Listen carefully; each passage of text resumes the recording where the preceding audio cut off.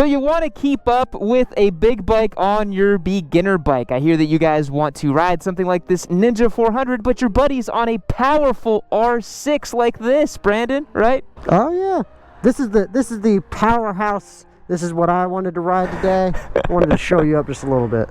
That's right. What is 125 horsepower, 28, something like that? Around there. Yeah. Yeah. This has a little bit of years on it. Might be a little less, but still messing with over 100. And this over here, 48 of the Lord's horsepower, your classic beginner horsepower, beginner motorcycle, that sort of thing.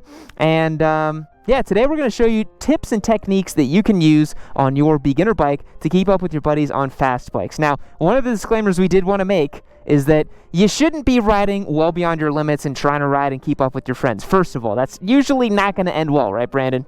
Correct. You never want to put yourself in a position that you're not comfortable in. It's too much risk and it's not worth it. Yeah. But there are techniques, especially in group rides on the street, that you can activate, that you can actually learn to ride a little bit better, a little bit more smoothly, confidently, and you'll find that keeping up with bikes like this actually is not very hard unless you're just doing crazy highway pulls with your buddies, which we all like to do, right? Exactly.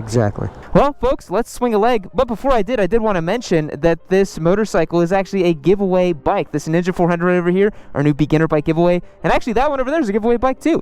We recently modified it a little bit, got the clear windshield, the decals, the OEM levers, which we may still do something about. This thing's looking mint. Both of these up for grabs. Head over to yamanoob.co, become a member, buy something, and get access to win these motorcycles. Brandon, let's get on the road, shall we? So Brandon, I think the first thing I wanted to talk about is on wide, big roads like this. Obviously the R6 is going to have a big advantage, and depending on how brave and stupid the rider is, you know? Like, you could just haul so much mail through this kind of road over here, these side street suburban roads. And that's really where the testicular fortitude of the rider and the stupidity of the rider comes to play, don't you think?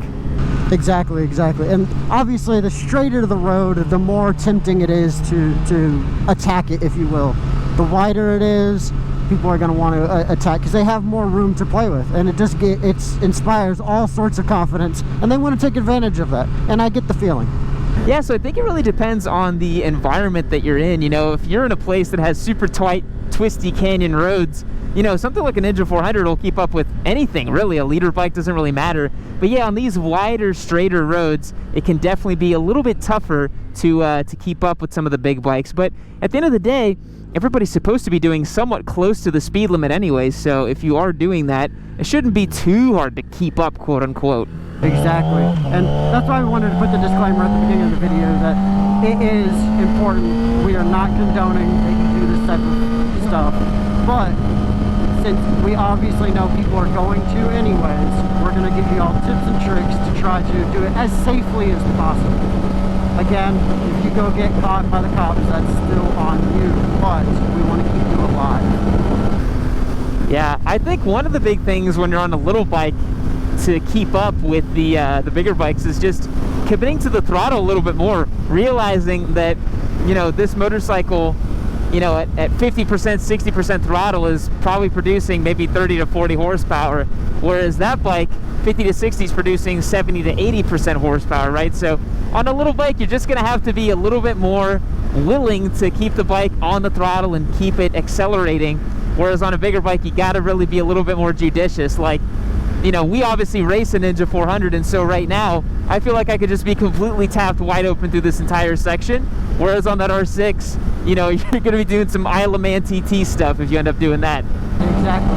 And the bigger the bike, the bigger the risk, especially on, again, these types of roads, especially when you don't know exactly what's coming up, you haven't seen exactly what's coming up and the condition of the road itself. The bigger the bike, the bigger the risk, and it's just not worth it. On a bike like that, the 400, it becomes a bit more feasible to where, okay, I can do some things with it. And like you said, you're hauling butt on a regular road, whereas I'm doing some more Isle of Man TT stuff on this. The other point I wanted to make is braking. Brandon, how do you view braking in terms of keeping up with your buddies? Because we all like to go fast and go straight, but I think really when you're riding twisties, the brakes are really where you're going to be able to catch a lot of people.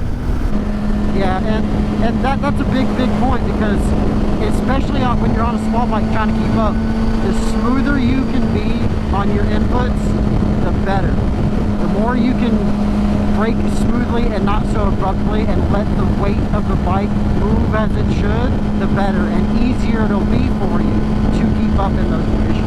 You might think a larger motorcycle will inherently be faster than a bike with a smaller displacement, but as any track day enthusiast who's had their lap times humiliated by a 14-year-old on a Ninja 400 will tell you, skill, training, and technique will often trump sheer horsepower. As some of you may know, we actually have a Yami Noob race team that races a Ninja 400 in the CMRA Ultra Lightweight Endurance 6-hour events. Not only are we competing in the event, we're currently leading the series, and we're trying to win this year. Racing is a ton of fun, but there's a lot of work involved. It takes a lot of time, energy, and resources to be successful on the track. That's why I want to thank Voom Insurance for supporting the team. They're the only channel sponsor that also actively supports our racing efforts in an attempt to make real-world connections between riders and their innovative motorcycle insurance programs. No, they don't insure track bikes, but if you spend a majority of your time at the track and most of your street bikes stay penned up in the stable, then Voom Insurance might be able to save you money on your insurance policy. They're the only pay-per-mile insurance provider in America. They currently service 16 states, and over 40% of riders in the country are consistently adding more states to their rosters as well. Because we're so excited about Voom's participation in our racing efforts, I wanted to give you all one more chance to take advantage of our current promotion. Go to VoomInsurance.com/YamiNoob to get your free quote. Send a screenshot of that quote to support@yaminoob.co and receive a promo code for 10% off of your order at yaminoob.co. That's VoomInsurance.com/YamiNoob for your free quote, and then submit your screenshot to support@yaminoob.co. This promotion is only going to go on for another 2 days, so don't sleep on it. You can start saving money on your motorcycle insurance and save a few bucks on gear at the site at the same time too. Thanks Voom for all the support. Now back to the video. So I wanted to test something out. Let's do a little bit of squidding. I'm going to start going a little bit faster on this road, as much as I would kind of dare on a 400. And I'd like you to kind of quote-unquote keep up with me and then see if you can pass me and all that stuff. We'll try to simulate a squiddly group ride, so to speak. All right, we can do that. We'll have a little squid fun, right?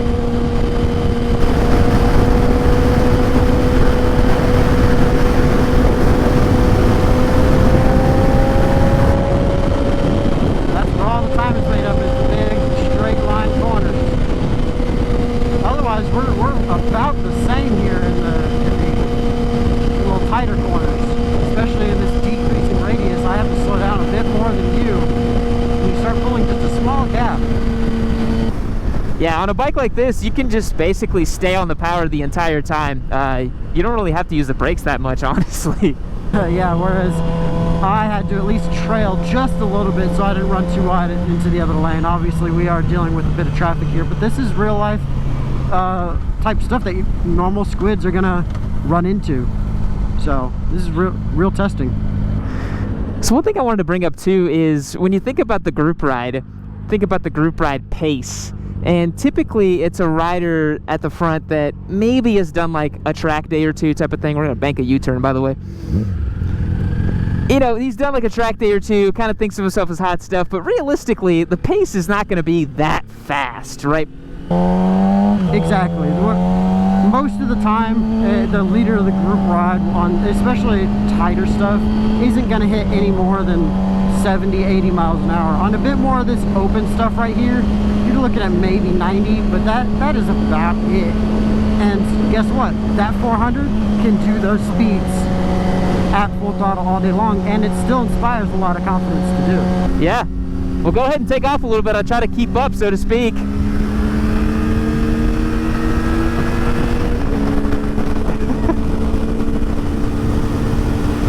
I know you got way more in the tank, Brandon. Come on.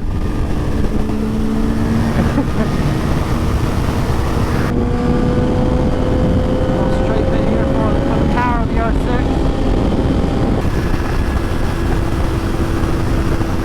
Brandon's not used to riding the filthy streets. We need jigsaw out here, Brandon.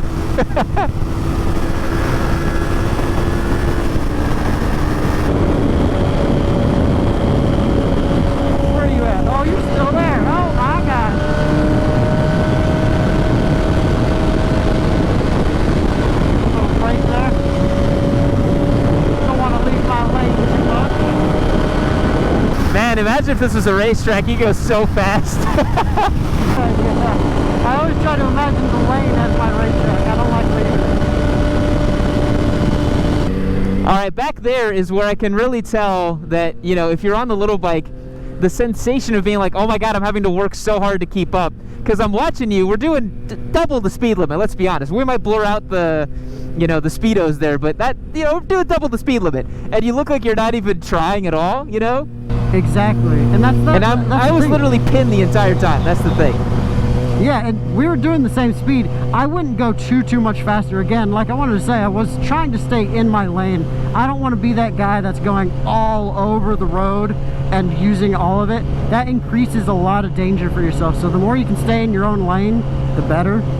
So I wanted to try to be that guy, and you couldn't go much more on an R6. No, and again, we're doing double the speed limit. Both bikes are well capable of doing it, and yeah, like, you know, unless you're a complete lunatic, that's about as fast as I would ever like to be, you know? I don't think I'd ever want to be in a situation where I'm doing triple the speed limit. And, you know, that's why we recommend beginner bikes, because then you can kind of keep everything in check. A first-time rider on a bike that is capable of doing triple-digit speeds and triple the speed limit is going to go searching for that kind of speed. You know, you're like, yeah, I want to do 150 miles an hour, and it's just not the right thing to do. The other thing I wanted to bring up is, you know, when you're about to embark on the group ride, within the first like 5 to 10 miles, you can kind of get a feel for how people are riding and if it's within your comfort level, right? And if it's not, there's no shame in kind of peeling off and be like, hey man, this isn't for me, like I'm gonna go. I think it's really an honorable thing to do to like keep yourself in check and not put yourself in dangerous situations as a beginner. Exactly. And if you have the time and you know the route of your group ride, a pre-ride is going to help you a lot, because the more information you can gather while on your ride, the safer you can be and the more comfortable you can be to push a 400 such as yourself to keep up. It becomes a lot easier. Your brain has to think about a lot less stuff because you already know what's going on. And the other big thing is a lot of people don't do, I never see this with a lot of street guys, is they don't check their bikes. Some do. There are hardcore guys out there that check tire pressures and stuff every time they go ride, but there are other ones that don't check their tires at all until they go get new ones. And that's another big thing. Again, the more information you can have, especially about your motorcycle, the better and easier all of it will become for you. Yeah, I think a big thing on these bikes is just keeping up with the maintenance. And yeah, dude, tire pressure is so big. Like, just check I mean, we do that before we ride every single time. Exactly. And now I know for a fact my tires are going to act and perform as they should. There's nothing going to be off about them that would catch me off guard. And as we're in the twistier stuff here, I need to keep a lower gear just to be able to. We're still doing almost twice the speed limit here. And it becomes a bit more work for the R6 to do this type of stuff. Totally. I honestly think riding a little bike like this in street conditions it's so much easier than riding something like the R6. And the R6 is just like begging you to like really rip up lap times, whereas the 400 is just, I'm having fun, you know, I'm just goofing around. Yeah, you're new boot goofing, if you will, and you're relaxed. Like I'm worried about a little piece of gravel because this is a big bike that wants to do big things. Yeah, the R6 definitely wants to do big things. It entices you to do it, and boy, it becomes a bit of work. I'm not gonna lie, I'm having to think just a little bit here. Yeah, I'm gonna, just for fun, see if you can hang with me. I'm gonna amp up the pace a little bit. We'll have fun on the 400. Come on, little buddy. And we're just gonna cruise around a little bit. I hope this road is straight because I don't know the route. This is exactly what I was mentioning. If I knew the route. Yeah, having that knowledge of the road is so important because then you know what to expect, you know? Like, I could see you're kind of tentative back there just because you're like, I don't know how hard I can push because I don't know what's coming up next. Exactly. I don't know what corner. I don't know if it's going to immediately switch back on me or anything like that. Yeah. Oh, thank God a car is slowing you down. This is good for me. And this brings me to another point is on the street, you know, there's so many times where you know, you're coming up against traffic, you're coming up against, you know, things in the road that's just going to slow you down a little bit, and you can only go as fast as the road allows you to. And, you know, the quote-unquote keeping up thing, I mean, now a moped could keep up with this pace. It doesn't really matter. Exactly. That's the big thing. You're only going to be hauling the mail for a short period of time, unless you and your friends know some desolate road, which normally those are straight as could be. You're gonna run into traffic at some point. Like, again, right when you wanted to pick up the pace, you started to gap me right until you hit that car. And guess what? I'm right here with you, one-handing it, relaxing again. Yeah. This car definitely is going even slow for car standards, I do have to say. We're braking randomly in the middle of corners and stuff. Yeah, they're doing exactly the speed limit. That's another thing that I noticed that happens too as you develop as a motorcyclist. You start noticing people's weird habits, especially in cars. We're just braking in weird spots and like tapping the brakes in weird spots because, you know, in a car you don't worry about lean angle or anything else, so you're just like, whatever, you know. All right, well, we got out of the traffic a little bit, and I wanted to challenge myself just a bit to continue on this road that I don't know, see if I can gap it. That's the thing. I wanted to see exactly what the pace is, especially when you don't know the route.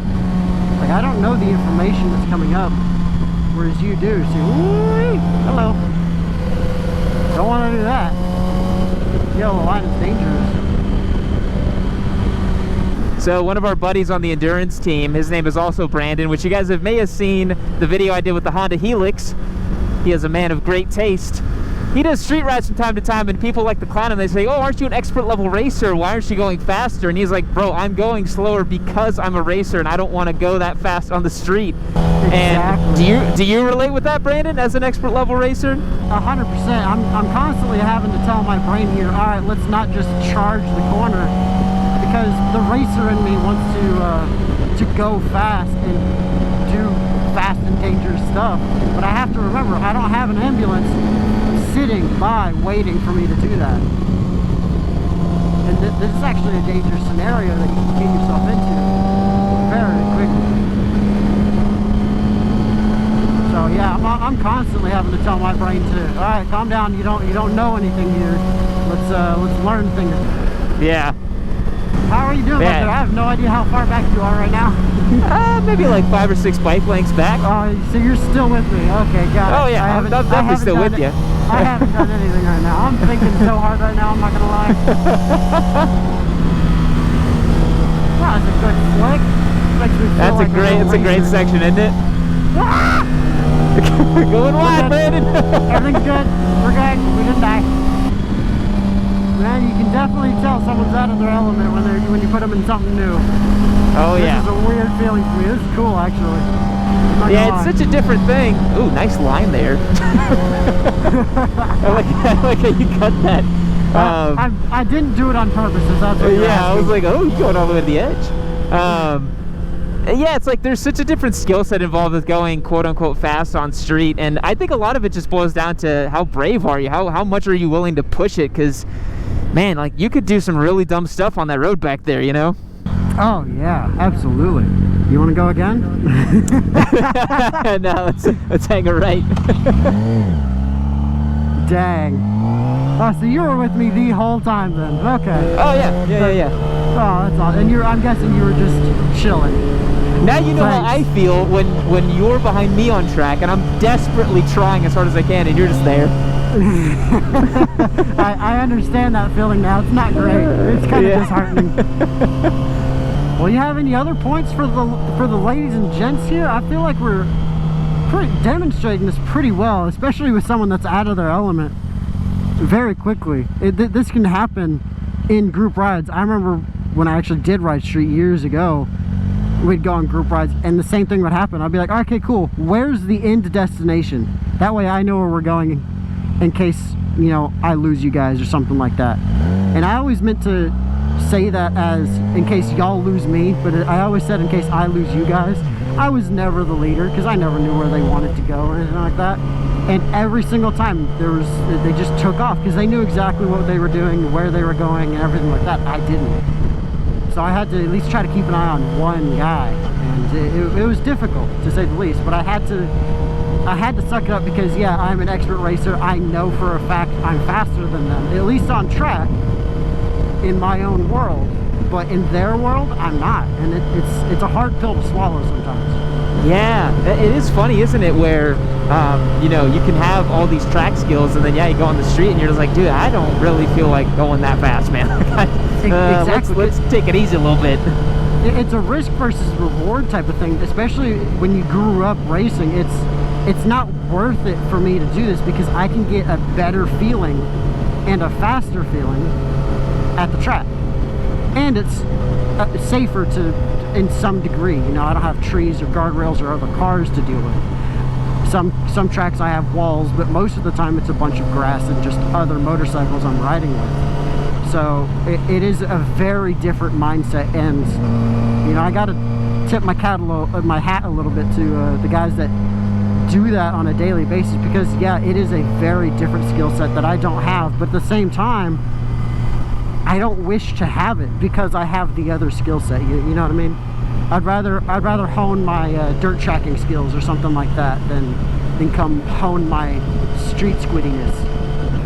Yeah, I think for me, the feeling of nailing it on track and just like, you know, getting that perfect apex, that perfect drive, that perfect quote-unquote perfect lap timer, as close to perfect as you can do it, it's really rewarding. And yeah, on the street, it's like, it's all about survival. That's how I think of it. It's like when I'm on the street, the top focus for me is like, let's just make sure I don't die.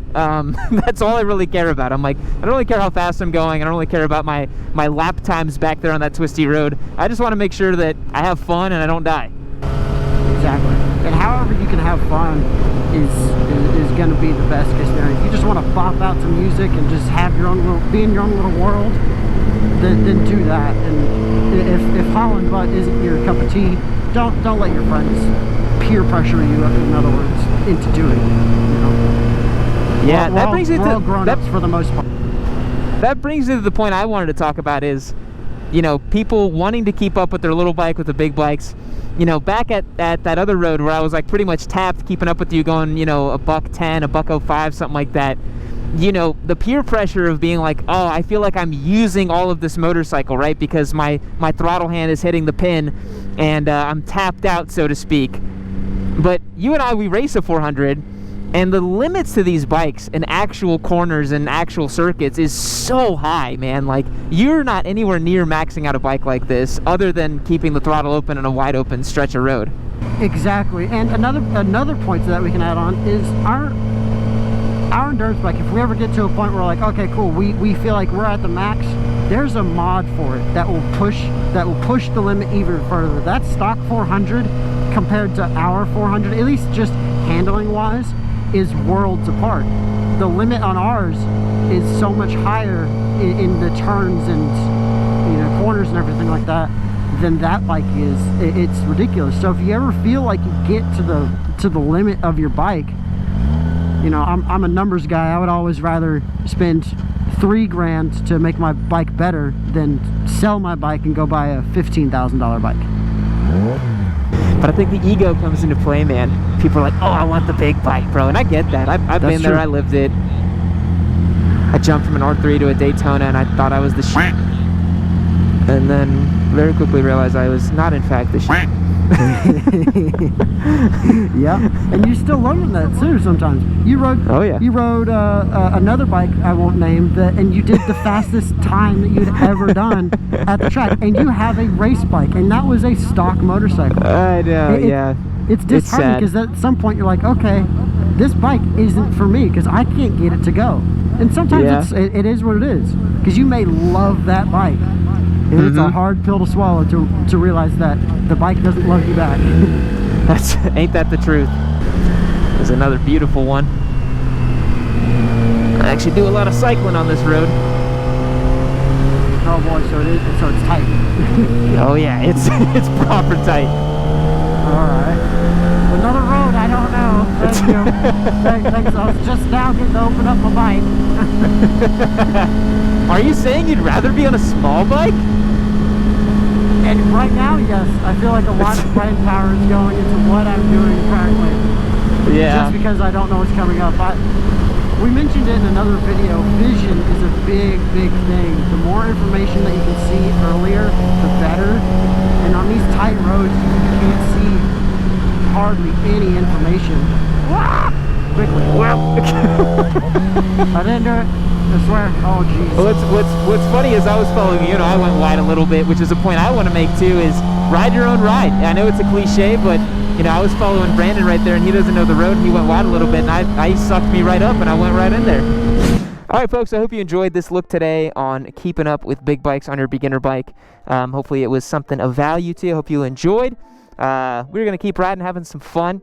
Remember, go and check out yamanoob.co so you can get entered to win both of these motorcycles. Whether you want a new beginner bike so you can get started riding, or you're ready to upgrade, we've got you covered. Head over to the site, pick out anything you like. You will get entered to win these motorcycles. We'll catch you in the next one. See you later. Brother, I was just like you once before. I remember I was a squid. I was doing terrible things on the street, but then I found Yamanoob, and I kept watching Yamanoob, and that made me feel better. And when I got better, I stopped doing terrible things on my H2 back here. So I implore you, keep watching Yamanoob. Click subscribe. Watch the next video. I'm trying another